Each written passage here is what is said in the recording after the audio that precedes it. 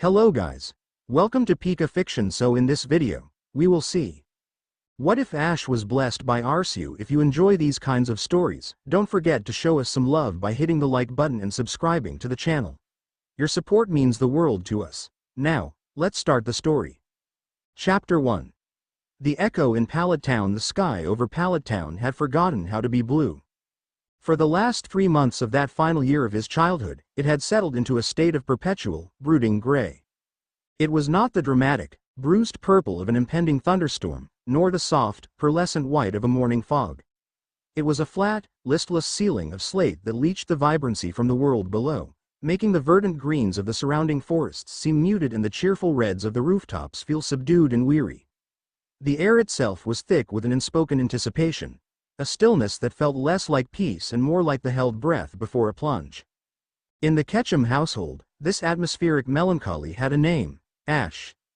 Delia Ketchum watched her son from the kitchen window, her hands paused in the act of kneading dough. He was not in the yard, playing with the neighborhood children or the small, friendly Pokémon that frequented their garden.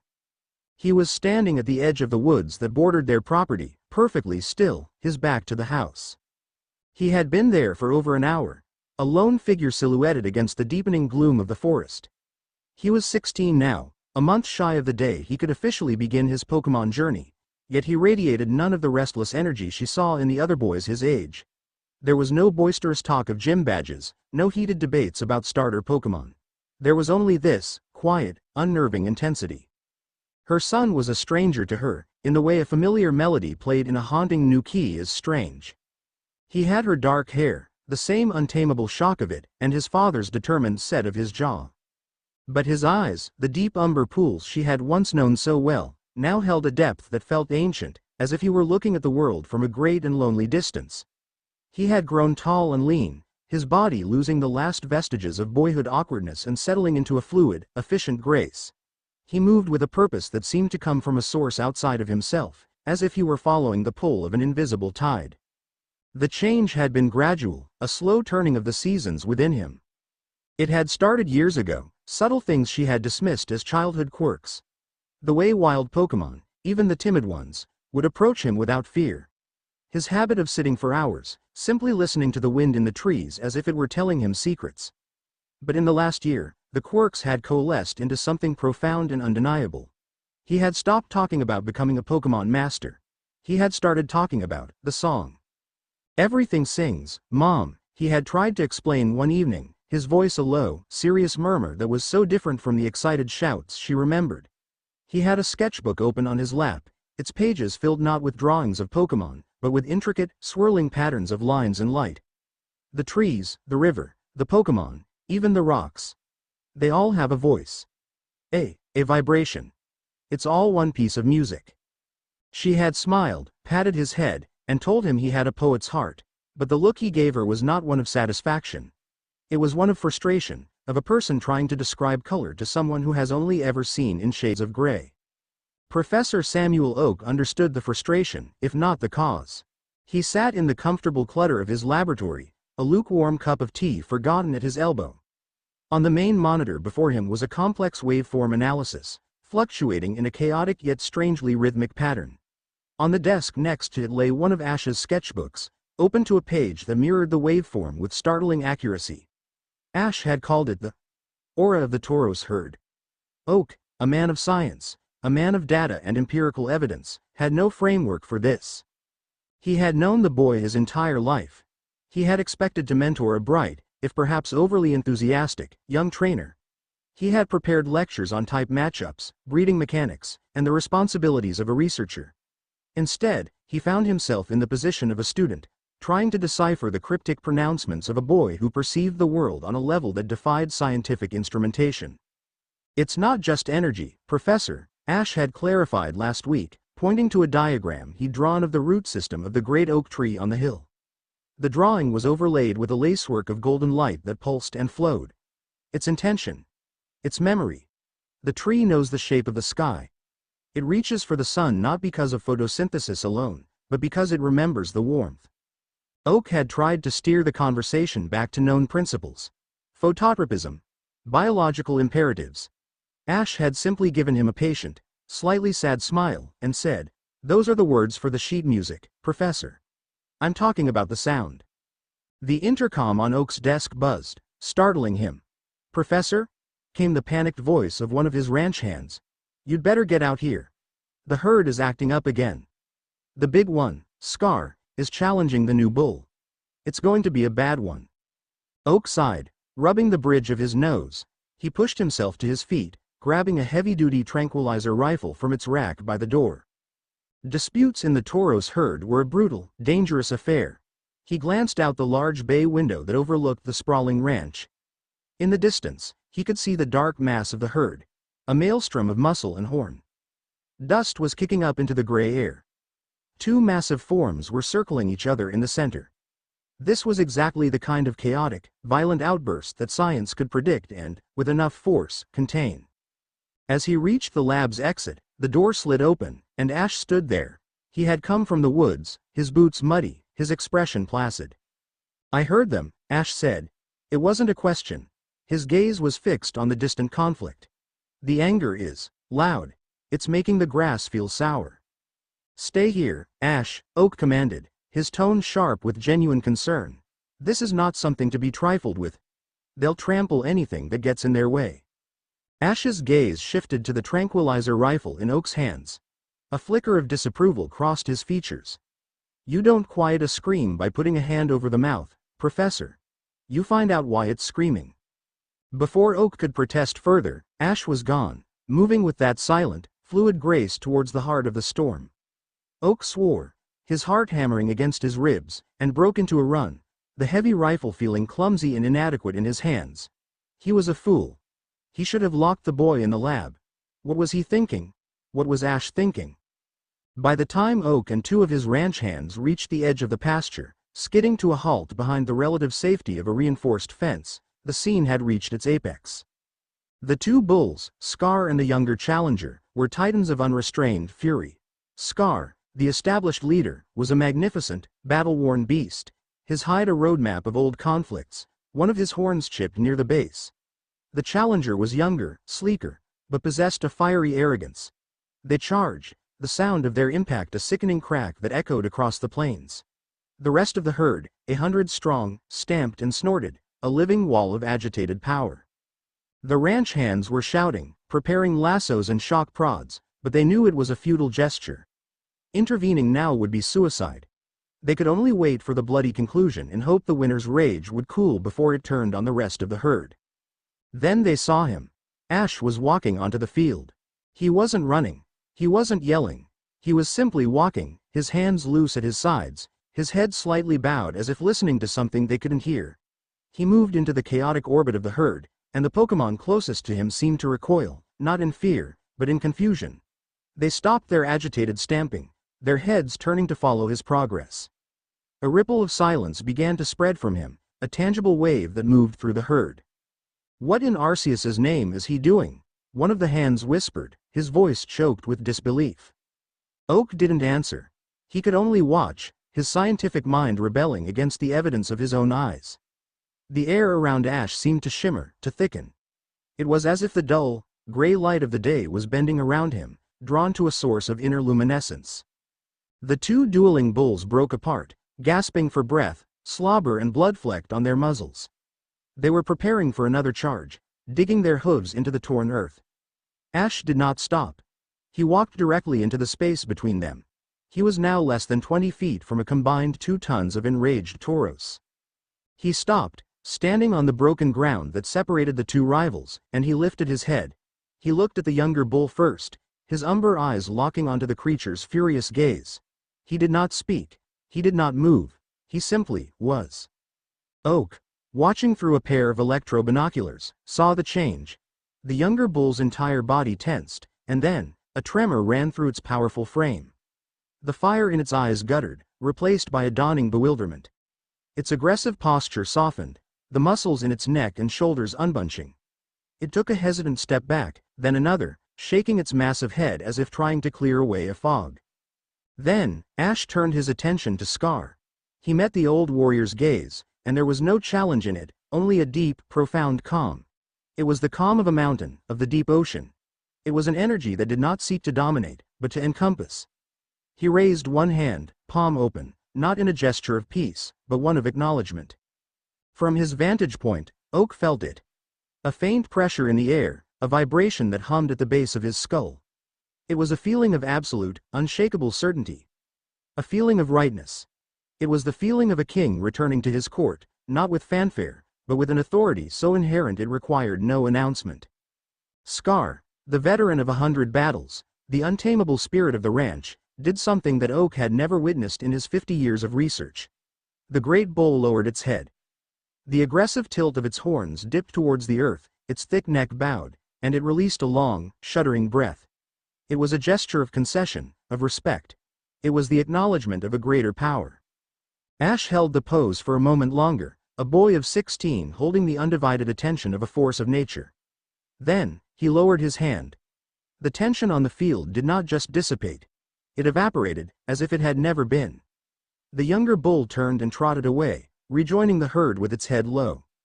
The rest of the toros, now completely placid, began to graze, the earlier fury forgotten. Only Scar remained. He lifted his head slowly and looked at Ash. The gaze was different now.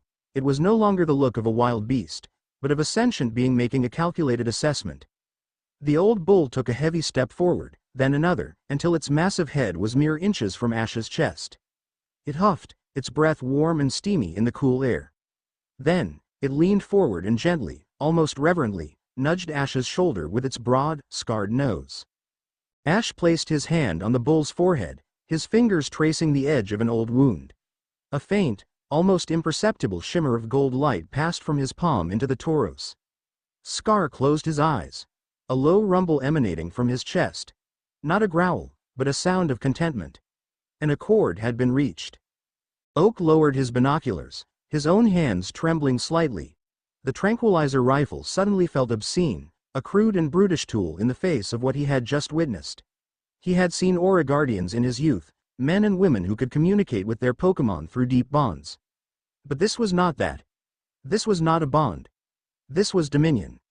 It was a fundamental understanding of the life force of the world, and the ability to command it with nothing more than his presence. "Professor?" The ranch hand beside him asked, his voice cracking. What was that?" Oak finally found his voice, though it was little more than a whisper. "That," he said, his gaze fixed on the boy and the beast standing together in the center of the quiet field, was Ash. The storm came 2 weeks later, a violent, unseasonable tempest that swept in from the sea with a fury that felt personal. It was a clawing, screaming thing, turning the sky a bruised black and lashing pallid town with sheets of horizontal rain. The winds howled like a hungry beast, tearing at the trees and rattling the very foundations of the houses. In the midst of this chaos, a different kind of panic was unfolding. A visiting researcher from the Hoenn region, a nervous young man named Dr. Arceus, had lost his daughter. The little girl, no older than 6, had been fascinated by the caterpie in Professor Oak's garden. One moment she was there, crouched by the hedges, and the next, she was gone, swallowed by the sudden onslaught of the storm. A search party was hastily assembled, a small, grim-faced group of Oak's assistants and a few brave townspeople, huddled in the laboratory's main entrance. Their faces, illuminated by the harsh, flickering emergency lights, were masks of anxiety. "She can't have gone far," Dr. Arceus insisted, his voice thin and reedy against the roar of the wind. "She was right here." "The woods are treacherous in this weather," Oak said, his tone grave as he handed out high-powered flashlights. "The ground will be slick, visibility is near zero. We must be methodical. Spread out, but stay within shouting distance of each other." They were about to step out into the maelstrom when Ash appeared, descending the stairs from the lab's library. He was wearing a simple waterproof jacket, his hair plastered to his forehead, but his calm was a stark island in the sea of their panic. He looked at the anxious faces, at the flashlights cutting feeble beams into the rain-streaked darkness outside. "Your lights won't help," he said, his voice quiet but carrying easily over the storm's clamor. "You're looking for a body. You should be listening for a soul." Dr. Arceus stared at him, his face a mixture of confusion and offense. "What are you talking about? My daughter is out there." Ash closed his eyes, ignoring the outburst. His face, usually so placid, took on a look of intense concentration. The others fell silent, watching him. The only sounds were the howling wind and the frantic drumming of the rain against the building. Ash stood motionless for a full minute, his head tilted slightly, as if tuning a radio to a faint, distant station. When he finally spoke, his voice was a low murmur. "She's not screaming. She's not crying out loud. But her fear is very loud. It's cold." He opened his eyes, and they were focused on something far beyond the walls of the lab. "And there's another feeling with it. Something small, and warm, and just as scared." He turned and walked to the door, pulling it open against the force of the wind. A blast of rain and leaves swept into the room. "Ash, wait. It's too dangerous to go alone," Oak shouted, taking a step forward. Ash paused in the doorway, looking back over his shoulder. "It's more dangerous to be blind," he replied simply. And then he was gone, stepping out into the raging heart of the storm and vanishing into the darkness. He did not use a flashlight. He did not need one. The world for him was not a landscape of shapes and shadows defined by light, but a tapestry of energies, of life forces, each one glowing with its own unique signature. The fear of the search party was a chaotic jumble of flickering, anxious sparks behind him. The storm itself was a vast, impersonal rage of deep blue and violet energy, a primal scream of atmospheric pressure. But ahead of him, through the cacophony, was a single, tiny point of shivering, ice-blue light. It was a fragile, terrified pulse, and it was his beacon. He moved through the woods with a certainty that defied the conditions. His feet found purchase on slick, moss-covered rocks. He ducked under falling branches seconds before they cracked and fell. He was not navigating the forest. He was part of its violent, chaotic rhythm. The fear light grew brighter, more distinct. He could feel it now, a sharp, cold prickle against his senses. He followed a winding, barely there game trail, his path dictated not by sight, but by the empathic pull. Finally, he scrambled down a short, muddy embankment, the roar of a swollen creek filling his ears. There, tucked into the hollowed-out space beneath the roots of an ancient, overturned oak, was the source of the light. The little girl was huddled deep within the earthen den, her knees drawn up to her chest, her small body trembling uncontrollably. But she was not alone.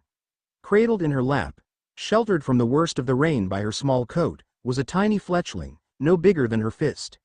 Its own life light, a minuscule flicker of warm orange, was pressed against the girl's cold blue, a tiny ember of shared terror. Ash stopped at the entrance of the hollow. He did not call out. He did not want to add his own presence to the girl's fear. Instead, he reached out with his own aura, projecting not a command, not a reassurance, but a simple, steady warmth. A feeling of safety. The golden, serene light of a hearth on a winter's night. The girl's trembling began to subside. She slowly lifted her head, her large, frightened eyes peering out into the darkness.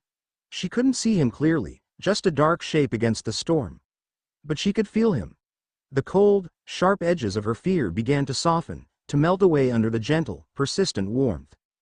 "It's all right," Ash said, his voice barely louder than the rain.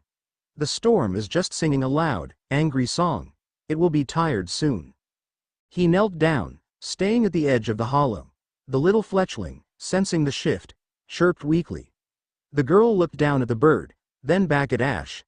She saw no threat in his calm face, in his quiet eyes. "He fell from his nest," she whispered, her voice tiny. "I didn't want him to be alone." "You were very brave to stay with him," Ash said. He extended a hand, palm up. "My name is Ash. Shall we go find your father? I think his song is very worried right now." The little girl hesitated for only a moment longer. Then, carefully cradling the fletchling, she crawled out of the hollow and took his offered hand. Her small, cold fingers wrapped around his, and he could feel the last of her terror drain away, replaced by a tentative trust. He pulled her gently to her feet and, holding her hand securely, began the journey back, a steady, golden beacon in the heart of the raging storm. When they emerged from the tree line, a collective gasp went up from the search party. There was Ash, his jacket soaked through, walking out of the gale as if it were a mild spring shower. Beside him, holding his hand, was the little girl, safe, sound, and remarkably calm, still clutching the baby bird to her chest. Dr. Arceus cried out and rushed forward, scooping his daughter into a desperate hug. Oak just stared at Ash, a thousand questions warring in his mind. He had coordinated a logical search pattern based on probability and terrain. Ash had simply closed his eyes and listened. Later that night, with the storm having finally exhausted itself into a sullen drizzle, Oak found Ash in the laboratory's library. The boy was sitting at a large oak table, his sketchbook open before him. He was not sketching now, but simply staring at the page, a deep, troubled frown on his face. Oak pulled up a chair and sat opposite him. The page was filled with his now familiar patterns of light, the flowing energies of the world. But this drawing was different. It was chaotic, discordant. Jagged, black lines, like static, cut through the harmonious golden and green swirls of Pallet Town's natural aura. They all seemed to emanate from a point far beyond the town, a deep, unsettling thrum of wrongness. "What is this, Ash?" Oak asked quietly. Ash traced one of the black lines with his finger. "It's the hum," he said, his voice low. "The wrong note. It's getting louder, Professor. It used to be something I could only hear if I listened for it. Now, it's always there. A dissonance under the world's song. It makes things sick. It makes them angry. Like the storm. That wasn't a natural anger." Oak looked at the drawing, a chill creeping up his spine. It looked like a sickness, a cancer spreading through the invisible lifeblood of the world. He was a man of science, but he could not deny the evidence before him. The Tauros. The storm. The lost child. Ash was connected to something fundamental, something that was now being threatened. "I have to go," Ash said, finally looking up from the page. His eyes were clear, his expression resolute. The decision had been made. "I have to find the source of this. I have to know why the music is breaking." Oak felt a pang of sadness, of loss. This was not the bright-eyed departure of a boy seeking adventure. This was the grim acceptance of a burden. The world needed Pokemon trainers, needed champions, needed researchers. But as he looked at the boy before him, at the ancient weight in his young eyes, he realized the world might need something else far more. It needed a healer. A guardian. He tried one last time to ground the moment in the familiar traditions that had governed his entire life. "The day you turn 16 is next week, Ash. You can choose your first Pokemon. Bulbasaur, Charmander, Squirtle, they're all fine specimens. A partner is essential for any journey." Ash walked over to the large window overlooking the darkened lab grounds. He placed a hand on the cool glass. He could see the 3 Pokeballs on a stand in the main lab below, each one containing a young, vibrant life, a bright and hopeful song. He shook his head, a sad smile touching his lips. "Their song is here, Professor. In Pallet. This is their home, their verse in the music. I can't take them from that. Besides," he added, his gaze turning towards the dark pasture beyond the lab, "I don't think I will be going alone." The morning of his departure arrived without fanfare. The sky, true to form, was a seamless blanket of gray. A cool, damp breeze rustled the leaves, carrying the scent of wet earth and the promise of a long, lonely road.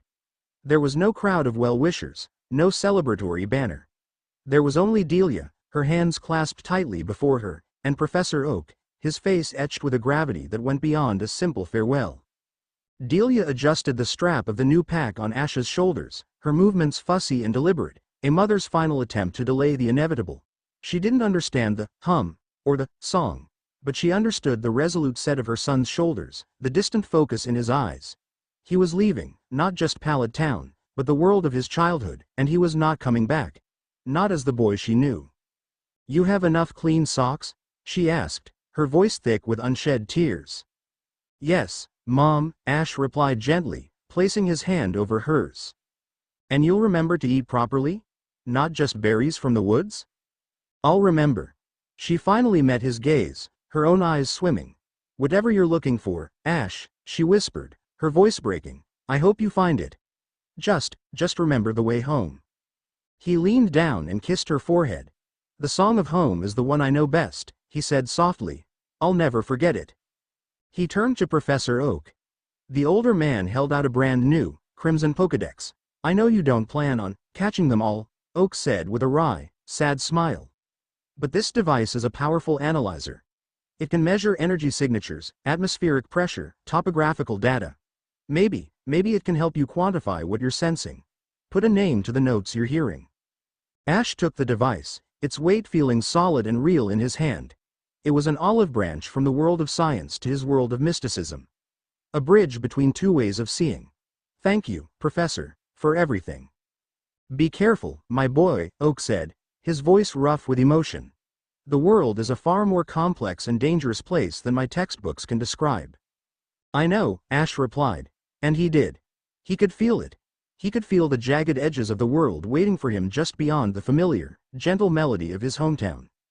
He gave them one last look, a silent farewell that conveyed more than words ever could. Then he turned his back on the only home he had ever known and began to walk. He had not taken more than 20 steps down the dirt path that led to Route 1 when a new sound joined the quiet morning. It was the sound of heavy, deliberate footfalls on soft earth, of immense weight moving with purpose. A presence, vast and powerful, made itself known. From the edge of the woods, a massive shape emerged. It was Scar. The battle-worn Tauros stepped out into the open, his dark eyes fixed on Ash's retreating form. He ignored Delia's gasp, ignored Oak's sharp intake of breath. He walked with the slow, regal gait of a king, his head held high, the chipped horn a defiant crown. He walked directly to Ash, stopping just behind him, his presence a solid wall of power and unwavering loyalty. He did not need a pokeball. He did not need a command. The understanding between them was deeper than that, forged in a silent language of respect and shared strength. The old warrior nudged Ash's back with his nose, a simple, undeniable declaration. I am coming with you. Ash stopped. He did not look surprised. He turned and placed a hand on the Tauros's broad, scarred forehead. For a fleeting moment, a soft, golden light pulsed from his palm, flowing into the great beast. It was not the crackle of a capture, but the warm, steady hum of an agreement, an alliance. He looked back at his mother and the professor, a faint, genuine smile finally gracing his lips. It was a smile that acknowledged the strangeness of it all, but also the rightness of it. He was not a trainer starting a journey with a partner. He was an acolyte, and this was his guardian. With the silent, formidable Tauros walking steadfastly at his side, Ash Ketchum turned his face to the road ahead. He did not look back again. He walked down Route 1, not with the manic, boundless energy of a new trainer seeking fame and glory, but with the slow, deliberate, heavy pace of a pilgrim. A pilgrim following a discordant note, seeking the source of a subtle corruption that was seeping into the symphony of the world. The echo was out there, waiting in the gathering gray, and for the first time, he was walking toward it, ready to discover why the world was beginning to forget its own song. Chapter 1 and Chapter 2. The Malice in Viridian's Heart. The path leading into Viridian Forest was not a grand entrance. It was a humble, unassuming dirt track, a quiet suggestion of a road that narrowed and was swiftly swallowed by the looming shadows of the ancient woods. For generations of Pallet Town trainers, this threshold was a rite of passage, a step into a world vibrant with life, buzzing with the chirps of Pidgey and Rattata, the air thick with the sweet, loamy scent of moss and damp earth. It was the world's first and most gentle challenge, a living, breathing classroom. Today, it was a tomb. The silence was the first violation. It was not a peaceful quiet, but a heavy, suffocating absence of sound. There was no birdsong, no rustle of small creatures in the undergrowth, no distant hum of insect wings. Even the wind, which sighed with a mournful loneliness across the open plains of Route 1, seemed to die the moment it touched the outer ring of trees, refusing to enter. The very air was stagnant, holding its breath. Ash stopped at the forest's edge, his hand resting on the powerful shoulder of the Tauros beside him. He had given the great bull a name, not one spoken with his voice, but one felt in the quiet spaces of his mind, a name that resonated with the creature's steadfast, earthy spirit. Kalen. The Tauros shifted his immense weight, his hooves crunching on the unnaturally dry leaves that littered the ground. A low, uneasy rumble vibrated in his chest, a physical expression of the disquiet that Ash felt pressing in on his own senses. The song is gone, Ash murmured, his voice a ghost in the oppressive stillness. He closed his eyes, extending his perception, the way another might cup a hand to their ear to catch a faint sound. Where there should have been 1,000 tiny, brilliant threads of life, the simple, content green of the foliage, the fluttering silver of a butterfree's joy, the cautious brown of a scurrying Rattata. There was nothing. Only a void, and behind it, a sound like grinding static. It was a soul-scraping, abrasive hum that set his teeth on edge, a frequency of pure, undiluted malice that actively fought against his senses. The second violation was the color. The legendary Viridian Forest was a study in gray. The leaves on the towering oaks and maples were not the crisp, fiery hues of autumn, nor the skeletal bareness of winter. They were a sickly, ashen color, drained of vitality, clinging to their branches like desiccated husks. The grass underfoot was the color of dust, and even the wildflowers that should have been defiant splashes of purple and yellow were pale, ghost-like impressions of their former selves. A blight had fallen upon this place, a sickness that attacked not the body of the forest, but its spirit. Kalen snorted, a plume of hot air misting in the cool atmosphere. His instincts were screaming at him. Every fiber of his being, honed by generations of survival, told him to turn, to flee this place of profound wrongness. But the calm, steady presence of the boy beside him was an anchor. Ash's own aura, a deep and resonant gold, was a sanctuary against the encroaching dread. The Tauros lowered his head, his chipped horn pointing towards the darkened path, and nudged Ash's hand. They would face this together. "I know," Ash said, his hand stroking the coarse fur between the bull's eyes. "It feels like a wound. Let's see how deep it goes." They stepped across the threshold, and the world changed. The oppressive silence deepened, and the gray light filtering through the canopy seemed to congeal, thick and oily. The path before them was barely visible, choked with the same brittle, colorless vegetation. Every snapped twig under Kalen's hooves sounded like a gunshot in the dead air. Ash moved with a predatory slowness, his senses stretched to their absolute limit, trying to parse the horrifying static that clawed at his mind. It wasn't just a background noise, it felt directed, it felt hungry. They had been walking for nearly an hour, penetrating deeper into the diseased heart of the woods, when the static sharpened, its pitch rising to a razor's edge. Ash stopped dead, his hand flying up in a signal for Kalen to halt. "Something's coming," he breathed. It wasn't a sound that alerted him, but a sudden, violent spike in the malevolent energy. A feeling of mindless, frenzied rage, so pure and potent it was almost a physical blow. He saw it in his mind's eye not as a creature, but as a swarm of jagged, blood-red shards of light, tearing through the gray tapestry of the forest. "Up!" Ash commanded, his voice sharp. He vaulted onto Kalen's broad back with a practiced ease. The Tauros didn't need a second command. He was already moving, his powerful legs churning, transforming from a steadfast guardian into a force of thunderous momentum. The attack came from above. A high-pitched, furious buzzing finally broke the silence, a sound that drilled directly into the skull. From the skeletal canopy, a swarm of beedrill descended. But they were not the proud, territorial defenders of their colony. Their bodies were rigid, their movements jerky and unnatural. Their large, compound eyes, usually a deep, intelligent red, were glazed over with a milky film, vacant and unfocused. And their stingers, the deadly lances at the ends of their abdomens, dripped with a venom that sizzled audibly when it struck the ground. They did not issue a warning. They did not try to drive the intruders away. They attacked with the sole, terrifying purpose of annihilation. They moved with a suicidal abandon, diving straight for Kalen's eyes, for Ash's throat. "Veer left!" Ash yelled, ducking low as a stinger sliced through the air where his head had just been. Kalen responded instantly, his body a battering ram of muscle and bone, crashing through the brittle undergrowth. The beedrill were a whirlwind of fury around them. One managed to land on Kalen's flank, its stinger plunging deep. The great bull roared, a sound of pure agony and outrage, and bucked violently, throwing the insectoid creature against a tree with enough force to shatter its exoskeleton. This was wrong. All wrong. Ash could feel their life force. Beneath the superimposed layer of red-hot rage, he could feel a core of screaming, terrified confusion. They were puppets, their own instincts turned against them, their minds hollowed out and filled with a poison that was not their own. They were victims. He couldn't fight them. To harm them further would be a violation of everything he was. This was a rescue, not a battle. Kalen, straight ahead. Through the thicket, Ash projected the thought, a clear, concise image of their path. As the Tauros charged, Ash closed his eyes, ignoring the chaos around them. He shut out the buzzing, the feeling of the wind from their deadly wings.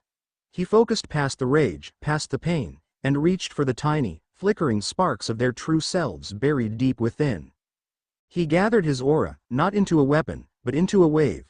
A wave of pure, unadulterated calm.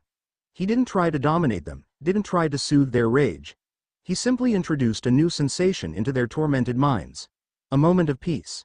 A single, clear note of serenity in their cacophony of madness. He released it. For a heartbeat, the world seemed to hold its breath. The golden wave of energy washed over the swarm, and the effect was instantaneous. The Beedrill faltered. Their frantic, suicidal dives became clumsy, uncertain wobbles. The milky film over their eyes seemed to recede for a fraction of a second, revealing a flicker of their true, bewildered selves. Their buzzing lost its furious edge, becoming a confused, questioning hum. It was only a moment. A tiny pocket of clarity, but it was enough. Kalen burst through the thicket and into a small, unexpected clearing. The moment of hesitation had broken the swarm's cohesion. They were no longer a single, unified weapon, but a scattered collection of confused, agitated Pokémon. Ash didn't wait for the rage to reclaim them. He urged Kalen forward, and they plunged back into the gray woods on the far side of the clearing, leaving the disoriented swarm behind. They ran for another 10 minutes before Ash finally allowed Kalen to slow to a trot, the bull's breathing coming in great, shuddering gasps. The wound in his flank was oozing a dark purple, but the immediate danger had passed. Ash slid from his back, his own heart pounding. He placed a hand over Kalen's wound, and a gentle, warm light flowed from his palm. He could feel the venom, a spiky, malevolent energy, and he carefully drew it out, neutralizing it with his own life force. The Tauros sighed, a deep rumble of relief, and nudged him gratefully. "Something is doing this to them," Ash said, his voice grim as he surveyed their surroundings. The forest here was even worse. The trees were gaunt, skeletal things, their branches twisted into agonized shapes. A clinging, clammy mist coiled around their trunks, muffling the world further and carrying a faint, acrid smell like ozone and decay. The static in his mind was a constant, grinding roar now. They were close to its source. And they were being watched. The feeling was undeniable. It wasn't the natural curiosity of a wild Pokémon. This was a cold, calculating, and utterly alien awareness. It was a pressure on the back of his neck, a feeling of being observed through a lens, catalogued, and judged. He scanned the mists, the gnarled trees, the oppressive shadows. Nothing. But the feeling persisted, growing stronger. He and Kalen were no longer just explorers in a sickened forest. They were intruders in a hostile, occupied territory. They were the hunted. He moved Kalen into the shadow of a rock outcropping, a place that offered at least some measure of cover. He needed to think, but the constant psychic noise made it almost impossible. It was like trying to have a conversation in a factory filled with screeching machinery. He had to rely on his other senses, senses that felt dull and clumsy in comparison to his aura. For hours, they moved in a state of heightened, nerve-shredding tension. Every shadow seemed to hold a threat. Every gust of wind through the skeletal branches sounded like a whispered warning. The attacks came without pattern or warning. A pack of primate, their fur matted and their eyes glowing with that same vacant fury, burst from the mist, their fists like small, hairy meteors. They were driven back not by force, but by Kalen's raw physical power creating a path while Ash used another, wider pulse of calming aura to buy them a few precious seconds of escape. Later, a huge Arbok, its beautiful hood patterns faded to a dull gray, dropped from a tree, its fangs aimed for Ash's neck. Only Kalen's lightning-fast charge, slamming the great snake aside, saved him. Each encounter was a desperate, draining scramble for survival. Each one left Ash a little more exhausted, the effort of projecting his aura against the overwhelming static taking a considerable toll. He was beginning to understand the strategy of his unseen enemy. It was death by 1,000 cuts. It was using the forest's own inhabitants, its own immune system, to attack the perceived infection. Him. The gray daylight began to fade into a thick, starless twilight. The mist grew denser, colder. Ash knew they couldn't survive a night in the open. They needed shelter, a defensible position where he could try to center himself and find the source of the malevolence. He was casting about, his senses frayed, when he felt it. It was a flicker. A tiny, almost imperceptible pinprick of light in the overwhelming ocean of static. It was not the raw, chaotic life force of a wild Pokémon. This was disciplined. It was focused, structured, and deliberate. It was another aura user. And it was in trouble. The light was flickering wildly, like a candle flame in a hurricane, on the verge of being extinguished. Hope, fierce and unexpected, surged through him. This way, he breathed, placing a hand on Kalen's neck and projecting a sense of urgency. The Tauros, trusting him implicitly, moved off in the direction Ash indicated. They found her in a small, hollowed-out dell, her back against a cluster of ancient, moss-covered stones that seemed to be the only things in the forest that retained a hint of their natural green color. She was a girl, perhaps a year or two older than him, with dark, indigo-colored hair pulled back in a severe, practical ponytail. She was dressed in a dark green and brown tunic and leggings, attire that spoke of a life spent in the woods, now torn and stained with dirt and what looked like blood. In her hands, she held a simple wooden staff, and from its tip, she was projecting a shield. It was a construct of pure, sapphire-blue aura, woven into a complex, geometric lattice of intersecting lines and circles. It was a beautiful, intricate thing, a testament to years of dedicated training. And it was failing. Cracks were appearing in the crystalline structure as it was hammered by a relentless assault from a pack of maddened Mankey. She fought with a desperate, exhausted precision. Her movements were economical, her face a mask of grim concentration. She would flare a section of the shield to repel a leaping attacker, then channel a thin, focused beam of aura from her staff to strike at another, a blow designed to disable, not to kill. But she was outnumbered, and she was tiring. Her breath came in ragged gasps, and the light of her aura was visibly dimming. Ash didn't hesitate, he didn't call out, he acted. Distract them. Don't injure, he projected to Kalen. The Tauros let out a bellowing war cry that shook the very trees and charged into the dell like an avalanche. The Mankey, their attention entirely focused on the girl, were taken completely by surprise. They scattered as the mountain of muscle and horn plowed into their ranks, sending them tumbling. The girl's head snapped up, her eyes widening in shock at the sudden appearance of the Tauros. Then she saw Ash, walking calmly into the dell behind his Pokémon, and her shock morphed into suspicion. Her eyes, a startlingly sharp and intelligent violet, narrowed. Ash ignored her, his focus on the enraged Pokémon. He saw what she was doing, her disciplined, precise strikes. It was the technique of a duelist, of a surgeon. His was the art of a painter with a broader brush. He raised a hand, and the golden light of his aura bloomed around him, no longer a gentle wave, but a commanding, radiant sun. He didn't project calm this time. He projected authority. He projected an undeniable, absolute certainty that resonated with the primal core of every living thing in the vicinity. It was the voice of the Alpha, the will of the mountain, the deep, unshakable truth of the world. It simply said, cease. The Mankey froze. Their mindless screeching died in their throats. They stopped their attacks, their bodies locked in place, their vacant eyes turning towards the source of this overwhelming command. The red haze of their rage was not calmed or soothed. It was suppressed, beaten down by a will so powerful it could not be defied. They trembled, a low whimpering sound escaping them, and then, as one, they turned and fled into the mist-shrouded woods. The dell fell silent. The girl stared at Ash, her defensive shield flickering and dying as her concentration broke. Her staff lowered, and she leaned heavily against the ancient stones, her chest heaving.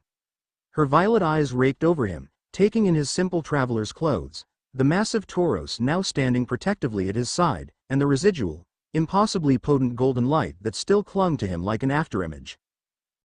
What are you? She demanded, her voice hoarse but laced with an undeniable steel. It was the voice of someone accustomed to being in control, and deeply unsettled at not being so. My name is Ash, he said simply, his own aura receding back into the quiet depths of his being. And that, he gestured to Kalen, is my friend. It looked like you needed help. The girl pushed herself off the stones, her posture stiff with a mixture of pride and exhaustion. I am Lyra of the Verdant Path. And I had the situation under control. Ash raised an eyebrow but didn't challenge her. He could feel the turmoil within her. Her aura was a tightly controlled, almost rigid construct of disciplined blue energy, but beneath the surface, it was churning with grief, fear, and a profound sense of loss. The Verdant Path seems to have fallen into disrepair, he noted quietly, gesturing to the blighted forest around them. Lyra flinched as if he had struck her. The mask of controlled strength cracked, and a wave of raw pain washed through her aura, so potent it was a taste of salt and ash in the back of his throat. You know nothing, she spat, her voice trembling. This, abomination. This is not the forest. This is its desecration. She looked at him again, her gaze sharp and analytical now. That power you wield, it is raw. Untrained. Unfettered. It is a force of nature, not a tool of a disciplined mind. Such power is dangerous. It is an anomaly. This whole forest is an anomaly, Ash countered, his patience wearing thin. I'm here to find out why. I thought, since you were fighting its victims, you might be doing the same. Lyra's gaze fell, and the fight seemed to drain out of her. She looked at the ancient stones she had been defending, her hand tracing one of the faint, moss-filled carvings on its surface. They are not just victims, she said, her voice dropping to a whisper. They are my family, my friends. She sank to the ground, her staff clattering on the stones. The full weight of her ordeal seemed to crash down on her at once. They came 2 days ago. Men in gray, featureless uniforms. They moved without sound, without emotion. They carried no Pokemon. They carried a machine. Her eyes took on a haunted, distant look. We, the sentinels of the verdant path, have guarded the nexus at the heart of this forest for 1,000 years. It is a place of immense natural energy, a wellspring of life. They brought their machine there. When they activated it, it was a scream. A silent scream that tore at the soul. It broadcast a frequency of nothing. A null field that severed the bonds. The empathy. The connection between us and our Pokemon. Between the Pokemon themselves. She choked on a sob, burying her face in her hands.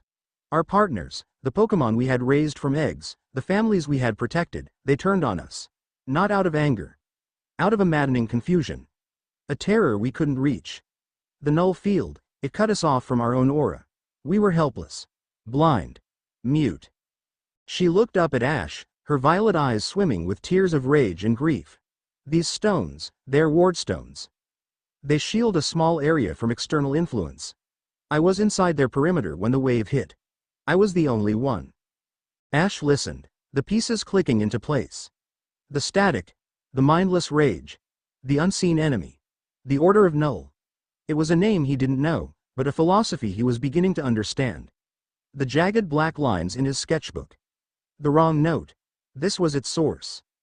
The machine is still active, he stated. It wasn't a question. Lyra nodded, wiping at her eyes with a grim determination. At the nexus. In the heart of the forest. I was trying to get to it. To destroy it. But I couldn't get through. She looked from Ash to Kalen and back again, a new, calculating light in her eyes. But your aura is different. The null field didn't seem to affect you. That power you used, it wasn't a technique. It was a command. You spoke to the world, and it listened. Her voice was a mixture of awe and deep, ingrained suspicion. What are you? She asked again, but this time the question was different. It was less of an accusation and more of a genuine, desperate inquiry. I'm the one who's going to help you destroy that machine, Ash said, his voice ringing with a quiet, unshakable certainty. He extended a hand to her. Now, sentinel of the verdant path, show me the way to the heart of your forest. Lyra stared at his outstretched hand for a long moment. He was everything her training had warned her against. An untamed force, a raw power that defied all discipline and structure. He was chaos. But he was also the only hope she had left. With a deep, shuddering breath, she took his hand. His grip was firm, and a current of warm, steadying energy flowed into her, quieting the tremors of her exhaustion. She pulled herself to her feet, her resolve hardening into a sharp, dangerous point. It will be guarded, she warned, retrieving her staff. By the soulless men in gray, and by the forest itself. Ash looked towards the center of the forest, from where the psychic static emanated like waves of heat. He could feel the cold, logical minds of the gray men, a stark contrast to the hot, chaotic rage of the Pokemon. And behind it all, he could feel the machine. It was a hole in the world's song, an abyss of silent malevolence that was actively trying to erase the music around it. Good, Ash said, a dangerous glint in his umber eyes. Kalen stamped a hoof, a low growl rumbling in his chest. It's time someone made them listen. The journey to the Nexus was a descent into hell. Guided by Lyra's knowledge of the forest's secret paths and shielded by Ash's overwhelming aura, they moved like ghosts through the blighted landscape. Lyra's formal training and Ash's raw instinct meshed into a strange, effective harmony. She would point out the ancient game trails, the natural choke points, the places where the forest's energy was weakest, and he would scan ahead with his senses, detecting the pockets of enraged Pokemon long before they could become a threat.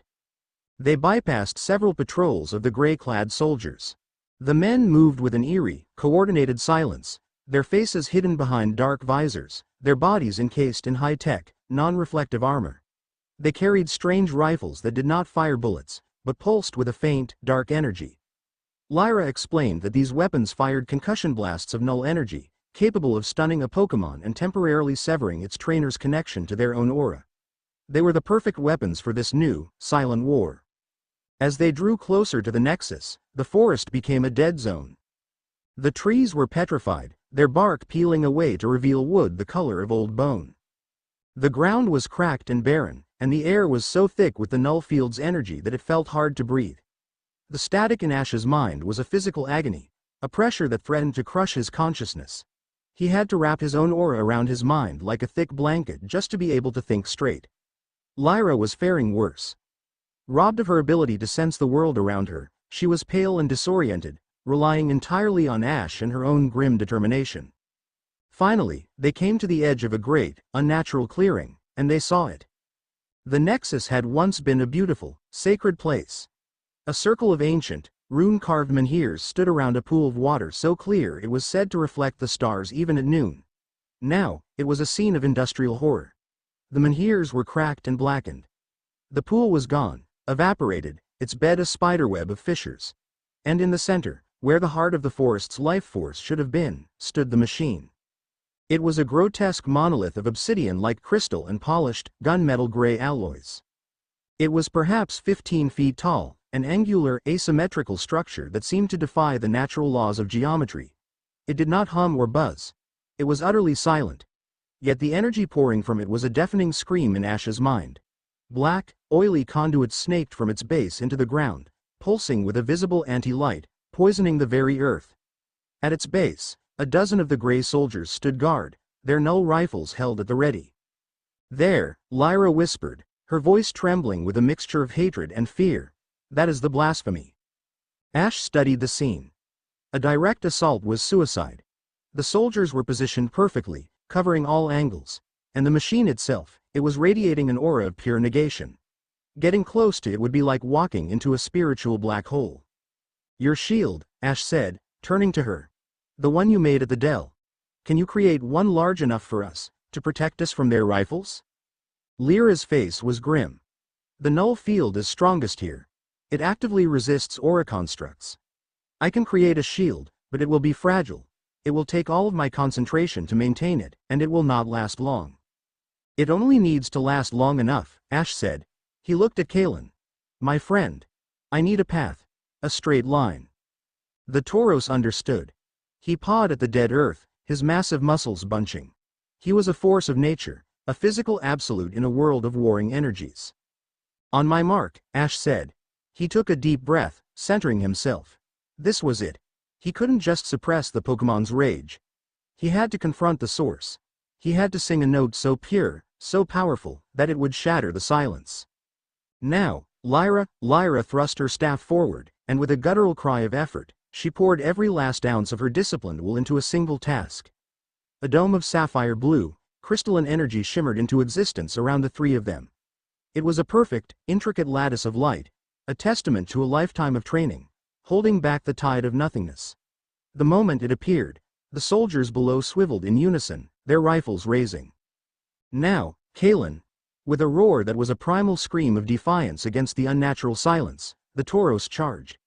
He was a thunderbolt of living flesh, an unstoppable force aimed at the heart of the enemy's formation. The null rifles fired, their dark energy beams splashing harmlessly against Lyra's shield. The shield cracked and groaned under the assault, and Lyra cried out, a trickle of blood running from her nose from the sheer strain. Kalen hit the line of soldiers like a meteor. Bodies were thrown aside like dolls. The formation shattered. The path was clear. "Stay with him," Ash yelled to Lyra, and then he ran. He ran past the chaos, past the struggling forms of the gray soldiers, his eyes fixed on the silent, malevolent monolith. He felt the null field intensify, clawing at him, trying to tear his aura away, to sever his connection to the world, to his own soul. It was a feeling of utter dissolution, of being unmade. But the blessing of Arceus was not a tool he wielded. It was the very fabric of his being. His aura was not a shield he could lose. It was him. The null field might as well have tried to tear the concept of gravity away from a planet. He reached the base of the machine and slammed his palms against its cold, crystalline surface. And he pushed. It was not a physical push. He pushed with his soul. He opened the floodgates of his being and poured the raw, untamed, unfiltered energy of his origin aura directly into the machine's heart. He did not fight the machine's intent with anger or hatred. He answered its scream of silence with the full, glorious, chaotic symphony of creation. He poured in the feeling of the first ray of dawn striking a mountain peak. He poured in the fierce, protective love of a mother arcanine for her pups. He poured in the unyielding strength of an onyx carving its way through the earth. He poured in the simple, perfect joy of a million Magikarp splashing in a clear blue sea.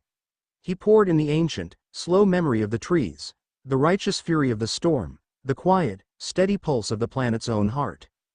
He poured in life. The machine, a construct designed to process only negation, only silence, only the void, could not comprehend it. It was a vacuum being force-fed a star.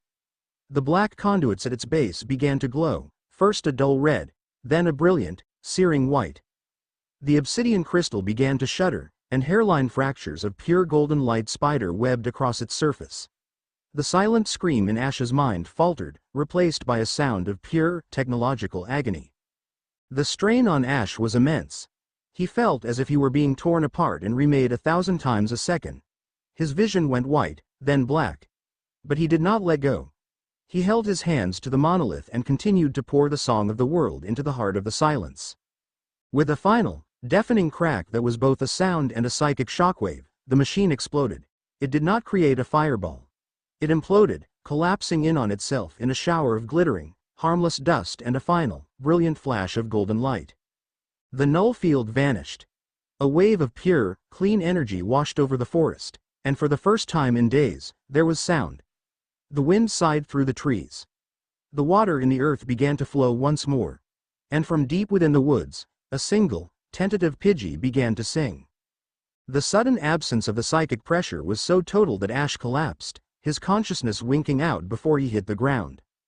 The last thing he saw was Lyra's panicked face as she rushed towards him, her beautiful, intricate aura once again burning with a clear and steady sapphire light. The surviving Grey soldiers, seeing their machine destroyed, did not stay to fight. With cold, robotic efficiency, they collected their wounded and retreated back into the shadows of the forest, vanishing as quickly as they had appeared. When Ash awoke, his head was pillowed on something soft. He blinked, his vision swimming back into focus. He was lying by the now revitalizing nexus, and his head was in Lyra's lap. The sun, a real, golden sun, was breaking through the gray canopy for the first time, dappling the forest floor. The air was clean and sweet. Kalen was grazing nearby, the wound on his flank almost completely healed, his presence a warm, comforting weight. Lyra was looking down at him, her expression one he couldn't quite decipher. The suspicion was gone, as was the hard, militaristic edge. In their place was a profound, soul-shaking awe, mixed with a deep and unfamiliar concern. "You're awake," she said softly. "Is it over?" He croaked, his throat dry. "The machine is destroyed. The silence is gone," she confirmed. She gently brushed a stray lock of hair from his forehead, her touch hesitant.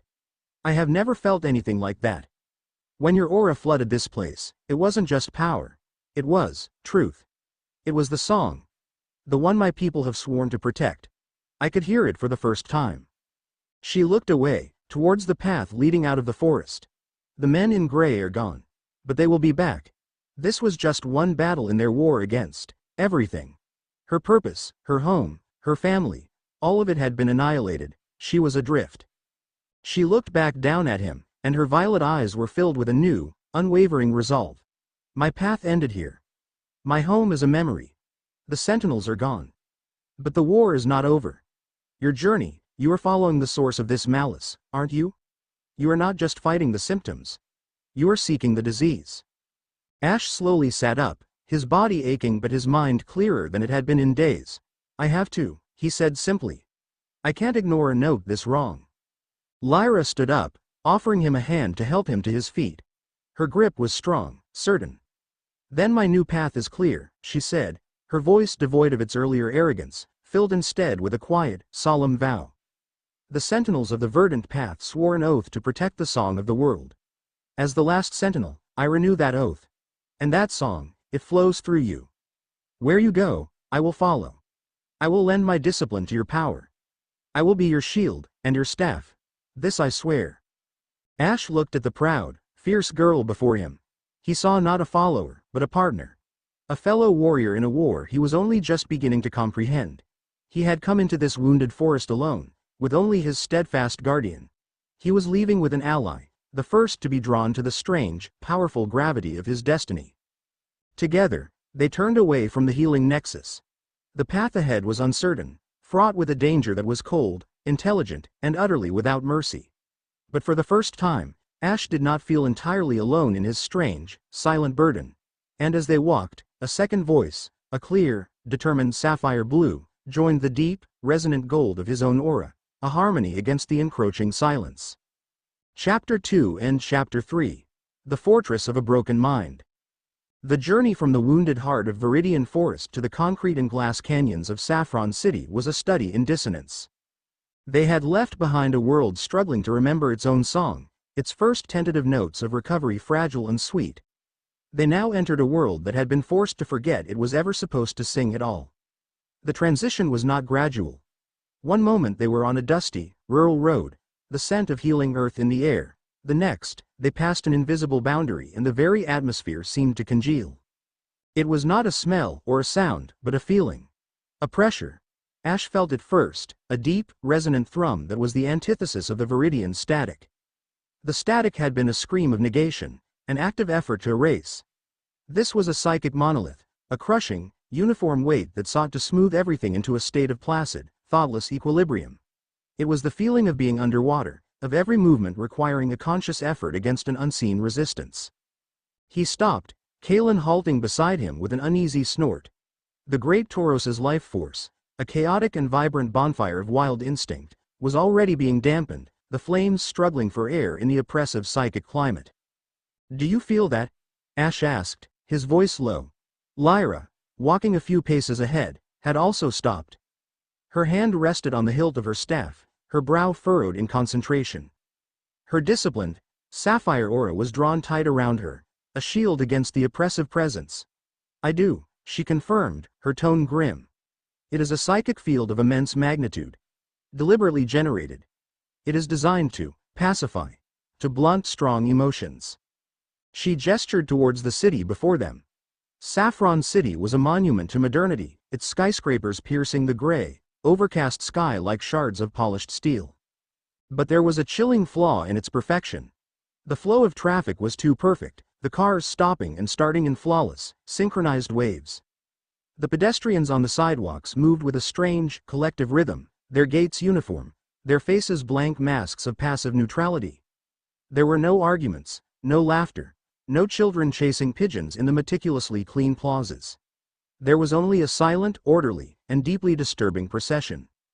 "They've turned the entire city into a cage," Lyra breathed, her violet eyes wide with a horrified understanding. "They are not just severing bonds here. They are erasing the will to have them in the first place." This was the order of Null's work, Ash knew with chilling certainty. This was the next step in their philosophy. Viridian Forest had been an experiment in annihilation, in creating a void. Saffron City was an experiment in control, in creating a sterile, perfect order. He looked at the faces of the people passing by, and his heart ached. Their inner songs were not gone, but they were muted, forced to a barely audible whisper under the crushing weight of the psychic field. They were asleep, walking through a dream from which they did not know they needed to awaken. Kalen stamped a hoof, the sound unnaturally loud in the subdued cityscape. He was a creature of vibrant, unrestrained life, and this place was poison to him. He belonged to the open plains, to the fury of battle and the deep contentment of the herd. Ash placed a hand on his massive neck, a silent communication passing between them. "Not here. I know. It won't be for long." He returned the restless Tauros to the confines of his pokeball, the flash of red light a brief, defiant spark in the sea of gray. For Kalen's sake, and for the thousands of sleeping souls in this city, he had to move quickly. "The source is central," Lyra stated, her senses, though blunted, still sharp enough for analysis.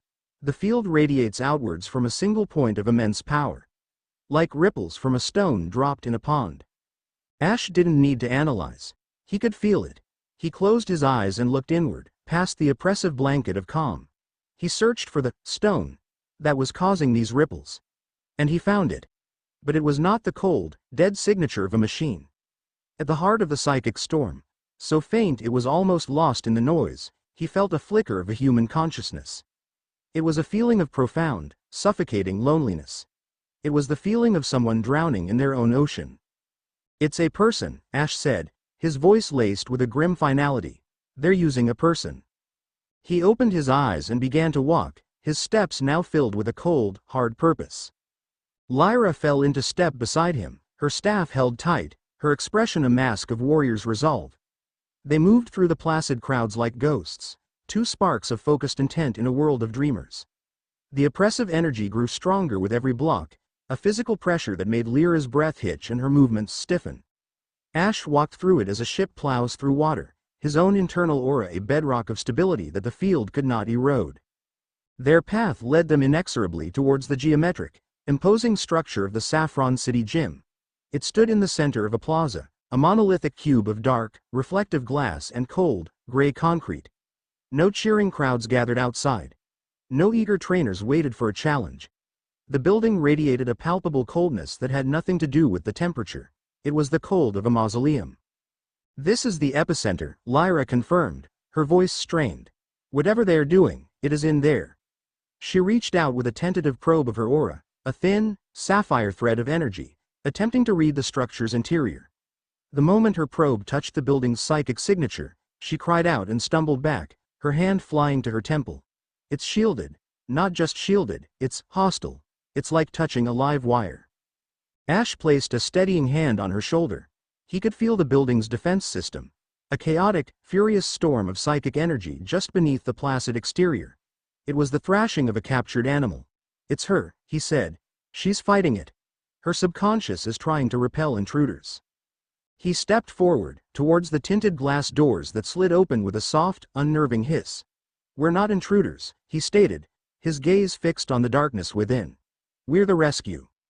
The interior of the gym was a stark, minimalist nightmare. The air was cold and sterile, smelling faintly of ozone. The only light came from glowing strips set into the floor, creating long, disorienting corridors of light and shadow. The silence within was even deeper than the silence outside, a pressurized void that seemed to swallow sound. The moment the doors hissed shut behind them, the gauntlet began. They entered a long hallway that ended in a single, closed door. After walking for a full minute, Lyra stopped, touching the wall. "We haven't moved," she said, her voice tight. "This corridor, it's a psychic loop. A simple but effective trap for the mind." She closed her eyes, her own aura flaring as she tried to perceive the seams of the illusion, the psychic trick that held them in place. Ash, however, simply closed his own eyes and listened. He ignored the illusion of the corridor, ignored the psychic trickery. He focused on the faint, terrified consciousness at the center of the labyrinth, using it as his North Star. "This way," he said, turning and placing his hand on what should have been a solid wall. His fingers passed through it as if it were smoke. The illusion wavered and dissolved, revealing a small, square room. "Don't look at the walls," he advised Lyra. "Look for the exit. Feel for the path of least resistance. The way out is the direction she wants us to go." They moved through a series of such traps, each one more insidious than the last. A room where the floor dissolved into a starry abyss, preying on the fear of falling. A chamber filled with mirrors that showed not their reflections, but twisted, monstrous versions of themselves, projections of self-doubt and insecurity. Lyra tried to combat each one with logic and disciplined aura, erecting shields and firing small, precise blasts to shatter the illusions. It was exhausting, draining work. Ash simply walked through them, his focus absolute, his empathy his compass. He was not navigating a hostile fortress. He was following the breadcrumbs of a lost child's cry for help. Finally, they reached a pair of large, ornate steel doors. The pressure on the other side was immense, a physical force that made the very metal seem to vibrate. This was the heart of the gym. The heart of the storm. Ash pushed the doors open.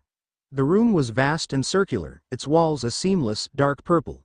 In the exact center of the chamber, a young woman floated a few feet off the floor, suspended in a cross-legged, meditative pose. She was slender and elegant, with long, straight hair the color of a raven's wing that cascaded down her back. Her eyes were closed, her face a mask of serene, cold detachment. This was Sabrina. And she was the most powerful psychic Ash had ever encountered. The psychic pressure in the room was a physical thing, pressing down, trying to force them to their knees. But it was not the only energy present.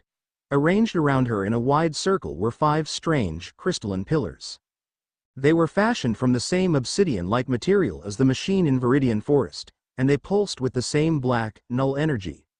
Wires, thin as a spider's thread, snaked from these pillars and attached to a delicate, silver circlet on Sabrina's brow.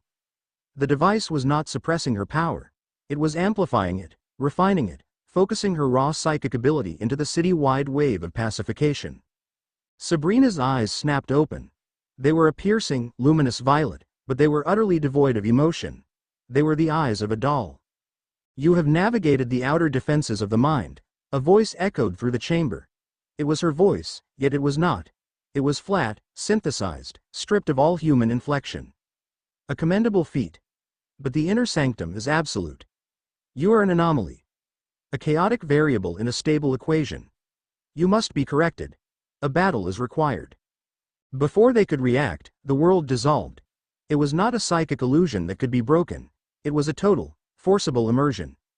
Ash and Lyra were no longer in the gym.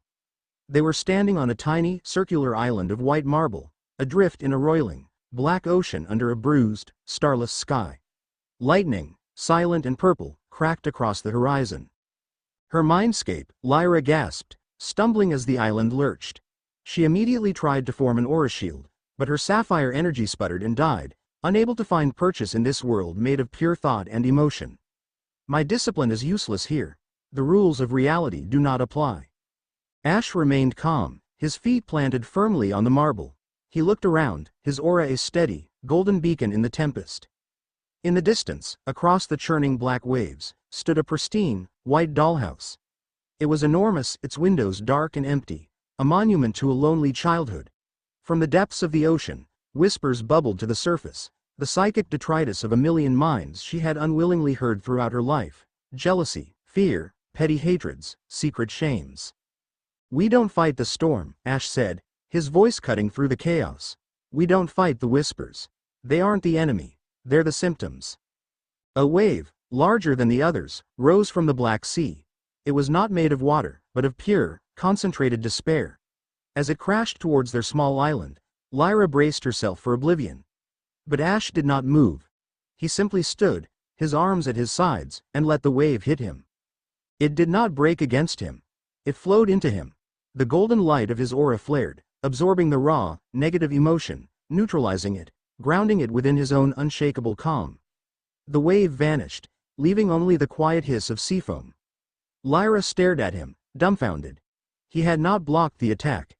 He had accepted it. He had healed a piece of this broken world just by being present within it. "The dollhouse," Ash said, his gaze fixed on the distant structure. "That's the core. That's where she is hiding."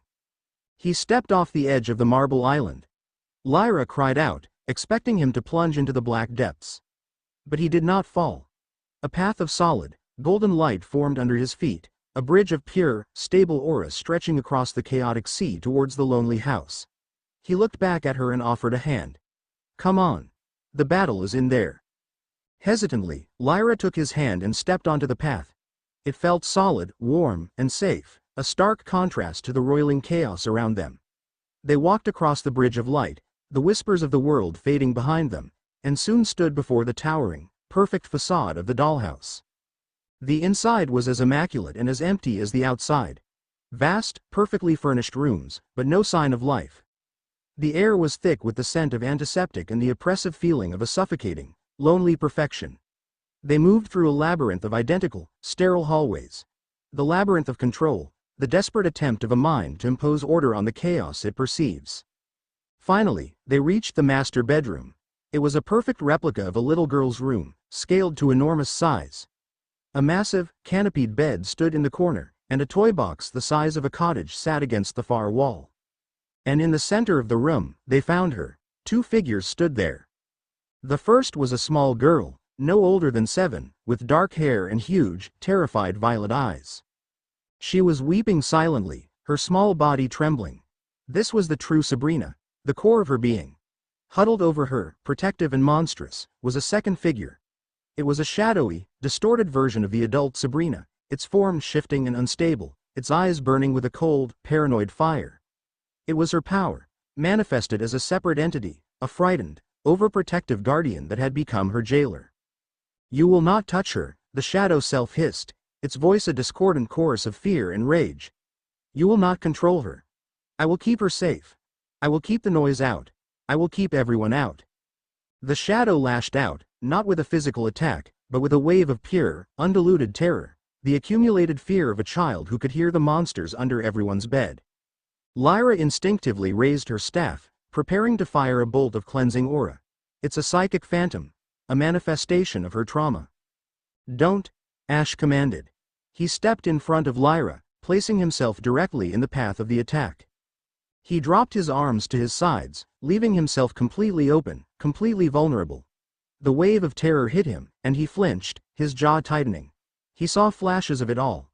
The little girl's fear of the dark, the teenager's terror of her own powers, the adult's dread of being used and controlled.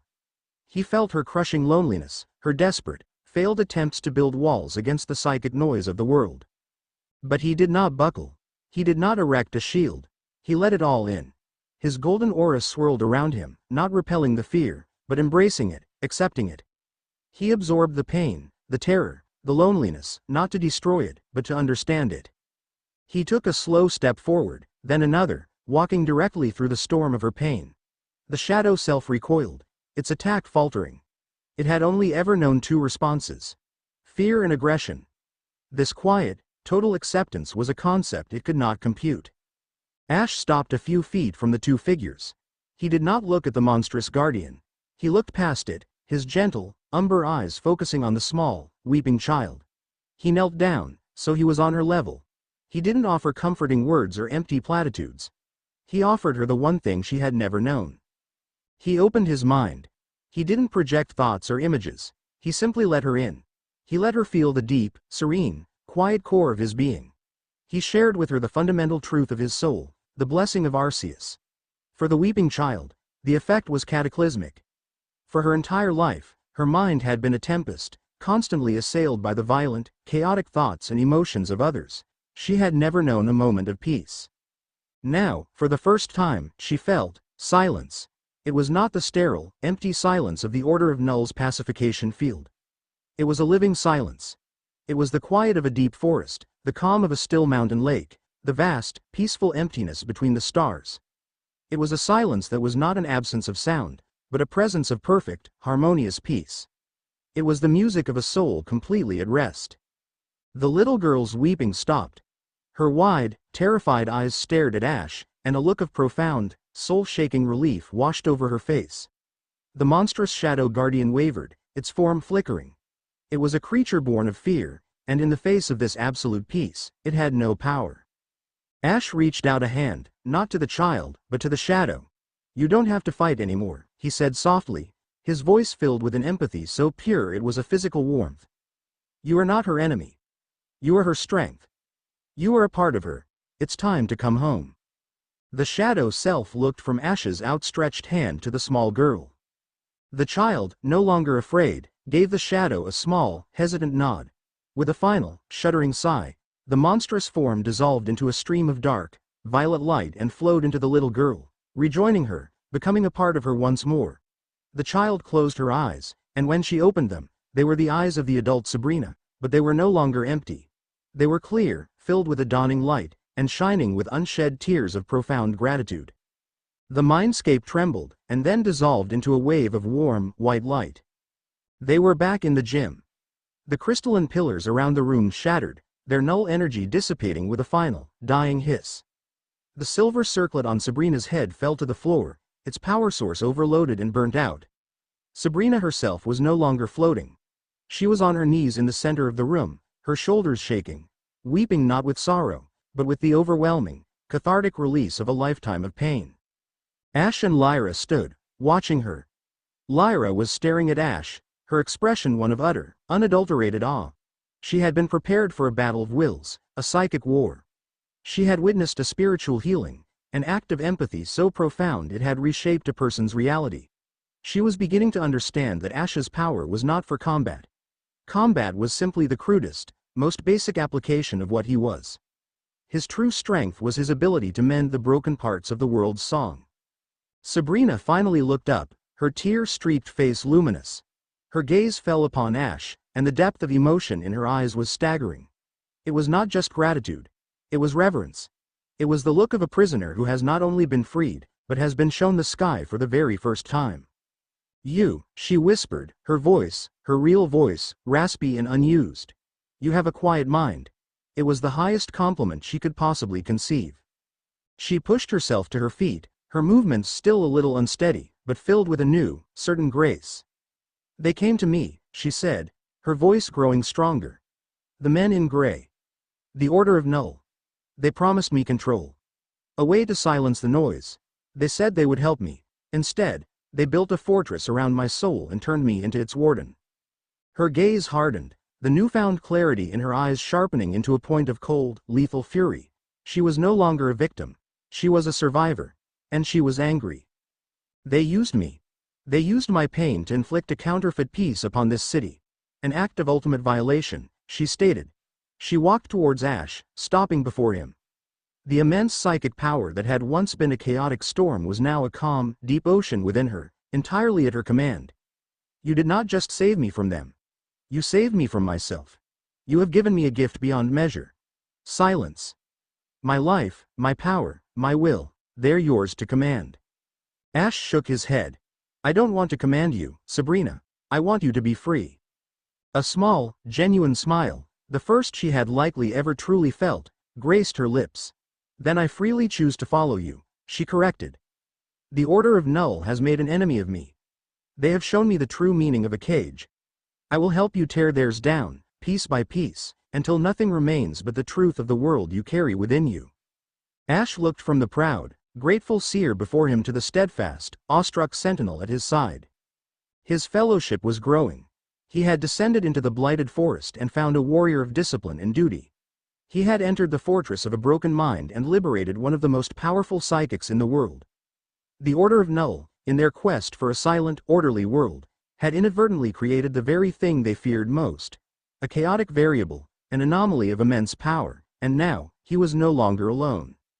Together, the three of them turned and walked out of the darkened gym, leaving the wreckage of Sabrina's prison behind them. Outside, the city of Saffron was already beginning to wake up. The oppressive psychic weight had vanished, and the citizens were blinking, looking around as if coming out of a long, gray dream. A child laughed, the sound bright and clear. A car horn blared in frustration. It was chaotic. It was messy. It was alive. And it was the first true note of their countersong against the encroaching silence. Chapter 3 and Chapter 4. The Golden Cage of Vermilion. The air in Vermilion City did not flow, it pulsed. It was a living, breathing thing, thrumming with the energy of 1,000,000 watts of neon, the roar of 100,000 cheering fans, and the relentless, percussive beat of a city high on its own spectacle. After the gray pallor of Saffron and the diseased silence of Viridian, arriving in Vermilion was like being thrown into the heart of a vibrant, chaotic star. The sky, barely visible between the towering skyscrapers, was a canvas for holographic advertisements that swirled and danced in a riot of color. The streets were a river of humanity, a stark and welcome contrast to Saffron's placid streams, filled with the sounds of excited chatter, the sizzle of street food vendors, and the distant, thunderous echoes of Pokémon battles. Ash, Lyra, and Sabrina stood on a high-floor balcony of a discreet, expensive hotel, looking down upon the glorious madness. They had used the last of Lyra's clan's emergency funds to secure this anonymous perch, a quiet eye in the center of the hurricane. Below them, the centerpiece of the city's current frenzy gleamed under the perpetual twilight of the neon glow. The massive, dome-shaped stadium of the Surge Invitational. "It is a fortress of commerce," Lyra observed, her voice a low, analytical murmur. Her Sentinel's training compelled her to assess every angle, every potential threat. She saw not a celebration, but a tactical nightmare. Security is a mix of private corporate contractors and League officials. The crowd is a perfect cover for any number of agents. Surveillance drones patrol the airspace. It is loud, in every sense of the word. And that loudness is our shield, Sabrina countered. Her own senses, no longer a curse but a precision instrument, were sifting through the psychic effluvia of the city. For the first time, she was in a crowd and not in pain. Ash's presence, a constant, grounding hum of pure, stable aura beside her, acted as a filter, allowing her to perceive without being overwhelmed. The psychic noise is immense, but it is shallow. Excitement, greed, ambition. It is a chaotic but uniform surface. Anyone trying to find our specific signatures in this would be like trying to find 3 specific grains of sand in a hurricane. Ash said nothing, his gaze fixed on the stadium. His perception went deeper than the surface chaos. He could feel the intent behind the spectacle. It was a carefully constructed artifice, a golden cage designed to attract the most powerful and ambitious trainers. The prize money, the fame, the sponsorships. They were the gilded bars. But what was the cage for? What beast did they hope to trap? We need information, he stated, turning away from the balcony and back into the cool quiet of their suite. The Order of Null does not operate with this much visibility without a purpose. They hide in the quiet places, in the shadows. This is a declaration. They are funded, Lyra said, following him inside. The technology they used in Viridian, the psychic amplifier in Saffron. That requires immense resources. Resources that are funneled through legitimate channels, corporations, banks. And this tournament, Sabrina added, her eyes distant as she focused her psychic senses, is sponsored by a newly formed consortium. Ether Corp. A meaningless name fronting for a dozen smaller, equally meaningless shell companies. Their financial records are a labyrinth of digital ghosts and dead ends. But the money is real. And it flows from the same source that funded the Saffron project. This was their new battlefield. Not a blighted forest or a broken mind, but the world of corporate espionage and political maneuvering. A world where battles were won not with power, but with information and influence. The winner of the Invitational is granted a private audience with the founder of Ether Corp, Ash said, looking at the tournament brochure he had picked up in the lobby. The founder was a ghost, no pictures, no public appearances, only a name. Chairman Kalis. He's our target. He can give us the information we need. The locations of their other projects. The name of their leader. Lyra's eyes widened in understanding. You intend to enter the tournament. It's the most direct path, Ash affirmed. They've built a stage and sent out an invitation. It would be rude not to accept. Sabrina allowed a small, wry smile to touch her lips. A rather public way for people trying to remain in the shadows. The best place to hide a fire, Ash replied, his umber eyes reflecting the neon glow from outside, is in the sun. The registration hall was a cacophony of nervous energy and brazen confidence. Trainers from every region jostled for position, their partner Pokémon posturing beside them, a living tapestry of scales, fur, and elemental power. Ash moved through the crowd with his characteristic quiet grace, a pocket of calm in the sea of ambition. He registered under his own name. There was no point in hiding it. The Order knew of him. This was him accepting their challenge on his own terms. His first battle was on one of the smaller, preliminary stages, away from the main dome. The roar of the crowd was a dull beast here, but the intensity was no less palpable. His opponent was a large, muscle-bound trainer from Johto, all bluster and bravado, with a feraligatr that mirrored his personality. You're the kid from Pallet? Heard you got a strong Tauros, the trainer boomed, his voice dripping with condescension. Let's see if it can handle a real powerhouse. The feraligatr roared, spraying a fine mist of water into the air, its massive jaws snapping with concussive force. Kalen emerged from his Pokeball in a flash of red light, his presence immediately silencing the bravado. He was not a creature of spectacle. He was a creature of pure, primal power. He stood, steam snorting from his nostrils, his scarred hide a testament to 100 real battles, not the theatrical clashes of a stadium. The battle began. The feraligatr charged, a blue and yellow torpedo of rage, using Aqua Jet. It was fast, powerful, and aimed to end the fight in a single, brutal blow. Left, Ash said, his voice a quiet command that was almost lost in the noise. Kalen did not meet the charge head-on. With a deftness that seemed impossible for a creature his size, he pivoted on his back hoof. The feraligator, committed to its trajectory, shot past him. As it did, Kalen swung his massive head, not to gore, but to hook his chipped horn behind the charging Pokemon's leg. With a twist of his powerful neck, he used the feraligator's own momentum to flip it, sending it tumbling end over end. It crashed into the stadium wall with a sickening crunch, stunned and disoriented. The crowd, which had been expecting a cataclysmic collision, fell silent.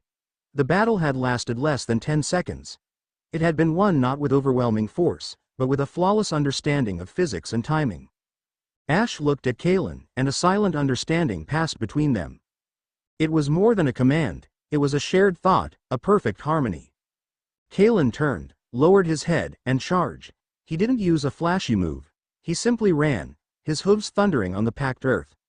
The dazed feraligator struggled to rise, but it was too late. Kalen struck it with the force of a freight train, driving it back against the wall and pinning it there. He didn't gore it. He simply held it, his immense strength an undeniable checkmate. The referee, his jaw agape, finally remembered to blow his whistle. Ash had won. He recalled Kalen, gave a respectful nod to his stunned opponent, and walked off the stage without a word. He had not come to make a statement. But he had made one all the same. Power was not about how much noise you made, it was about how efficiently you achieved your objective. In a darkened VIP box high above the stadium, a woman with long, blonde hair leaned forward, her gray eyes focused intently on the replay monitor. On the table before her, a Garchomp, sensing its trainer's interest, let out a low, inquisitive rumble. "Did you see that, Garchomp?"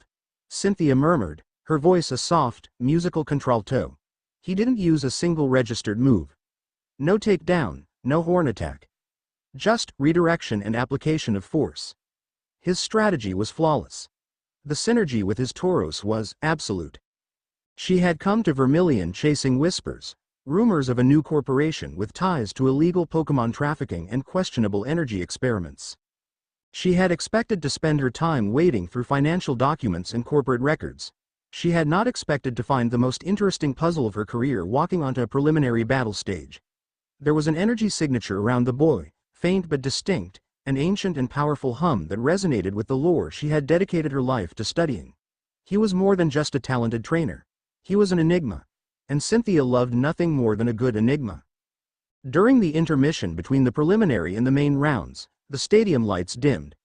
A single, soft spotlight illuminated the center of the main field. From a rising platform, a young woman emerged, her honey blonde hair styled in a graceful cut, her blue eyes sparkling with a performer's fire. Beside her, a Braixen stood, its own fiery grace a perfect match for its partner. This was Serena Yvonne, the rising star of the Kalos Showcase circuit, invited to perform as the opening act for the Invitational's main event. The music began, a soaring, lyrical melody. Serena and her Braixen began to dance. It was not a battle. It was art. Every movement was a story, every twirl of Braixen's flaming branch a stroke of a painter's brush. She was expressing a joy so pure, so honest, that it transcended the corporate spectacle of the tournament. She was creating a moment of genuine beauty. Ash, watching from the competitor's tunnel on a nearby monitor, felt it. In his world of auras and songs, Serena's performance was a breathtaking symphony. It was a clear, brilliant melody of pure, unadulterated passion, a stark contrast to the muddy, chaotic noise of the stadium. It was beautiful. Serena, in the midst of a complex, spinning leap, let her gaze sweep across the competitor's box. Her eyes met Ash's on the monitor for a fraction of a second. In that instant, she felt a jolt, a sudden, powerful resonance that harmonized with her own performance.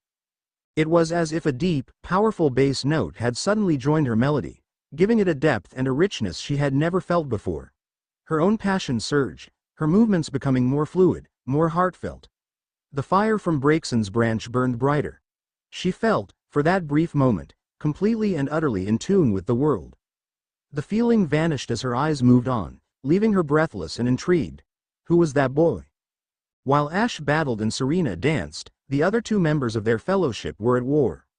Lyra, dressed in the inconspicuous garb of a stadium technician she had procured, patrolled the upper levels. Her disciplined aura, usually a tool for combat or defense, was now a fine-tuned sensory net. She sifted through the sea of bodies, not looking for individuals, but for patterns. She found them. Men and women, dressed in different clothes but moving with the same cold, robotic efficiency as the soldiers in Viridian. They were the Order's agents, embedded in the security force.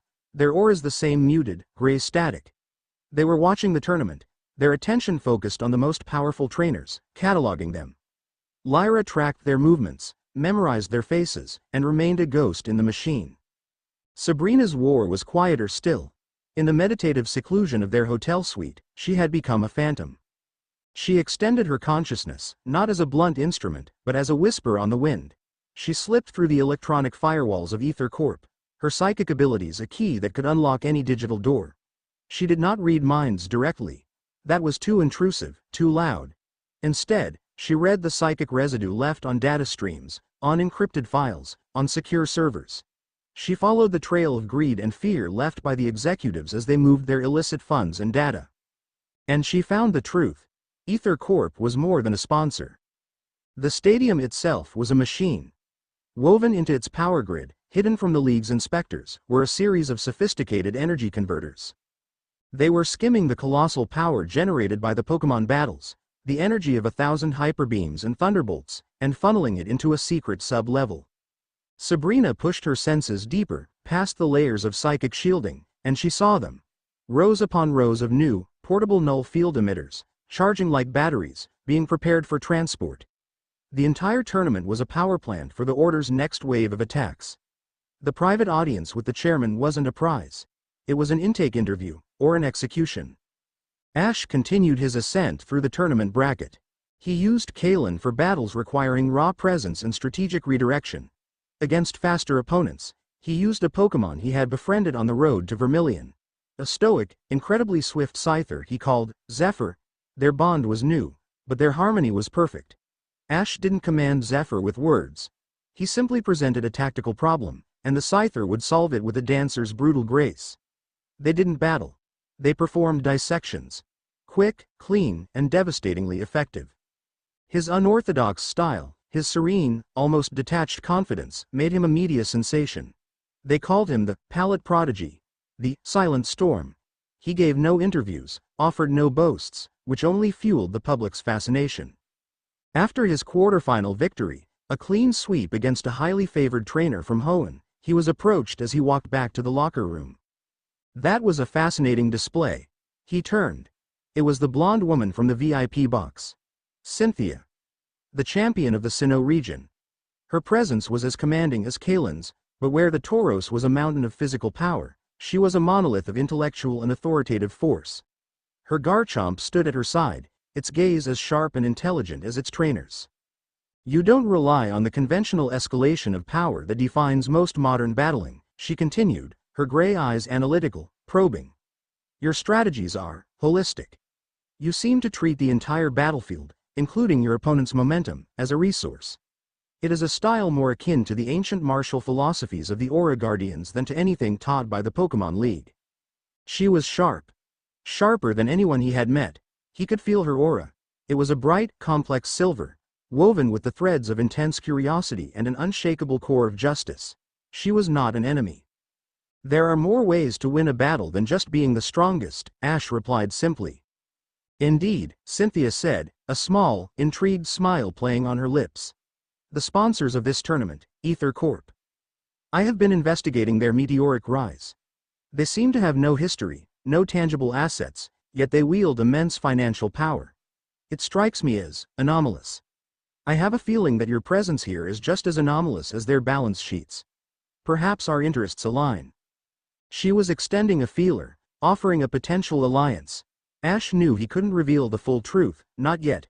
But he also knew that an ally of her caliber would be invaluable. Maybe they do, Ash said. Win the tournament, and you get to meet the man behind the curtain. That's my plan. Cynthia's smile widened. A direct approach. I like it. Be careful, Ash of Palette. When a cage is this shiny and golden, it is often designed to trap something far more dangerous than the average Pokémon. She gave him a nod of respect and walked away, her Garchomp falling into step beside her. The board was changing. A new, powerful piece was in play. He had one last encounter before the final match. He was in the competitor's garden, a quiet, enclosed green space, trying to center himself before the final battle. Excuse me. He turned. It was the performer from the opening ceremony. Serena. Up close. Her presence was even more vibrant, her aura a warm, expressive melody of rose and gold. She seemed nervous, clutching her hands together. I just wanted to say, she began, her cheeks faintly flushed, your battles, they're not like the others. When you and your Pokemon fight, it's like music. There's a harmony to it. A rhythm. I can feel it. It's beautiful. She was struggling to put words to a sensation she didn't understand, but Ash understood perfectly. She wasn't just watching his battles. She was hearing his song. She was one of the few people in the world who could perceive the world as he did, not as a strategist or a mystic, but as an artist. The world has a song, Ash said, his voice soft. Most people are too busy to listen. You're not. Serena's eyes widened, a look of profound recognition dawning on her face. He understood. He actually understood. The connection she had felt during her performance, that deep, resonant harmony. It was him. A bond was formed in that moment, a silent, mutual understanding that transcended words. The call for the final match echoed through the garden. Ash had to go. Thank you, he said to her, a small, genuine smile touching his lips. It was a thank you not for the compliment, but for the connection. He walked away, leaving Serena standing there, her heart beating a little faster, a new, beautiful melody beginning to form in her own soul. The final was against Lieutenant Surge, the gym leader of Vermilion City himself. The hulking man was a legend, his Raichu an unstoppable force of raw electrical power. The crowd was electric, the air crackling with anticipation. The battle was a masterclass. Surge was all about overwhelming power, his Raichu unleashing tidal waves of electricity that lit up the entire stadium. Ash, using Zephyr the Scyther, never met the power head-on. He used Zephyr's incredible speed to an almost impossible degree. They became a green blur, a phantom that was never where the lightning struck. Ash's synergy with the Scyther was absolute. He didn't need to issue commands. He felt the flow of the battle, the buildup of electricity in Raichu's body, the intent in Surge's mind. He and Zephyr moved as one, a single, harmonious entity of strategy and speed. The final blow was not a grand explosion. It was a moment of perfect, quiet precision. After dodging a massive thunderbolt, Zephyr landed on the stadium wall, and Ash saw his opening. He didn't shout an attack. He projected a single, clear thought. The tail. The ground. Zephyr launched himself from the wall, not at Raichu, but at the ground just behind it. With a flick of his scythe-like arm, he kicked up a spray of dirt and rock that coated Raichu's long, thick tail. The tail it used to ground its own electrical discharges. The next moment, Surge, seeing an opening, yelled for his final, all-out attack. Raichu, Volt Crash. Raichu's body began to glow, gathering an immense amount of electrical energy. But something was wrong. Without its proper ground, the energy had nowhere to go. It overloaded its own systems. With a flash of white light and a loud crackle, the Raichu seized up and collapsed, knocked out by its own unrestrained power. Silence. Then, an eruption of applause. Ash had won. He had defeated a legendary gym leader not by overpowering him, but by using his own strength against him. It was the purest victory of his career. An hour later, Ash was escorted by two of the Order's agents in security uniforms up a private elevator to the top floor of the stadium's corporate tower. The private audience. Lyra and Sabrina had watched him go, their expressions grim but resolute. They were in position, ready for the trap to be sprung. The elevator opened into a breathtaking penthouse suite, its floor-to-ceiling windows offering a panoramic view of the glittering city. A man in a flawlessly tailored gray suit stood with his back to Ash, looking out at the view. He was tall, with short, silver hair, and radiated an aura of calm, predatory confidence. "Impressive, Mr. Ketchum," the man said, his voice smooth and cultured. He turned, a polite, cold smile on his face. This was Chairman Kalis. "Truly impressive. Your power, your control, it is precisely what we have been looking for." Ash remained silent, his hands relaxed at his sides, his face a neutral mask. "The world as it is," Kalis continued, gesturing to the chaotic city below, "is a failed experiment. It is a symphony played by madmen. Emotion, ambition, conflict, these are the discordant notes that lead only to suffering. The Order of Null seeks to bring harmony. A perfect, quiet, orderly world. A world without pain, without conflict. A world of perfect, beautiful silence. He walked towards Ash, his smile never wavering. You, Ash, are a unique instrument. Your ability to command, to bring order to the chaos of a Pokemon battle, is a microcosm of what we intend for the world. Join us. Your power could be the catalyst that finally allows us to perfect this flawed creation. Help us erase the noise. It was the offer Ash had been expecting. The offer to become a king in a world of puppets. The world's song isn't flawed, Ash replied, his voice quiet but ringing with an absolute conviction. You've just forgotten how to listen to it. Kalus's smile tightened for a fraction of a second. A pity. He raised a hand and snapped his fingers. With a low hum, hidden panels in the walls slid open, revealing 10 crystalline emitters. They pulsed with a black, oily light, and a wave of profound negation flooded the room. It was a null field, 100 times more potent than the one generated by the single machine in Viridian Forest. It was designed to instantly sever a trainer from their Pokemon, an aura user from their power, a human from their soul. The air grew thick, the light seemed to dim, and the vibrant pulse of the city outside vanished from Ash's senses. Kalus watched, his expression confident, waiting for Ash to collapse, to become just another powerless boy. The cage had been sprung. The trap was perfect. But Ash did not collapse. He did not cry out. He simply stood there, in the heart of the soul-crushing silence, and his umber eyes, which had been so calm and serene, began to glow with a soft, internal golden light. The smile finally vanished from Kalus's face, replaced by a flicker of disbelief. "What? How are you? You think this is a cage for me?" Ash asked, his voice now holding a new resonance, a deep and ancient power that made the very air in the room vibrate. The golden light intensified, pushing back against the blackness of the null field. "You built a box to contain a storm. But you don't understand. The blessing of Arceus is not a power I use. It is me. And you have just locked yourself in here with it." The golden light flared, and the windows of the penthouse began to crack under the strain of the two opposing, absolute forces. Ash took a slow step forward, no longer a boy, but a living conduit for the origin of all creation. The hunter had just become the prey. Chapter 4 End.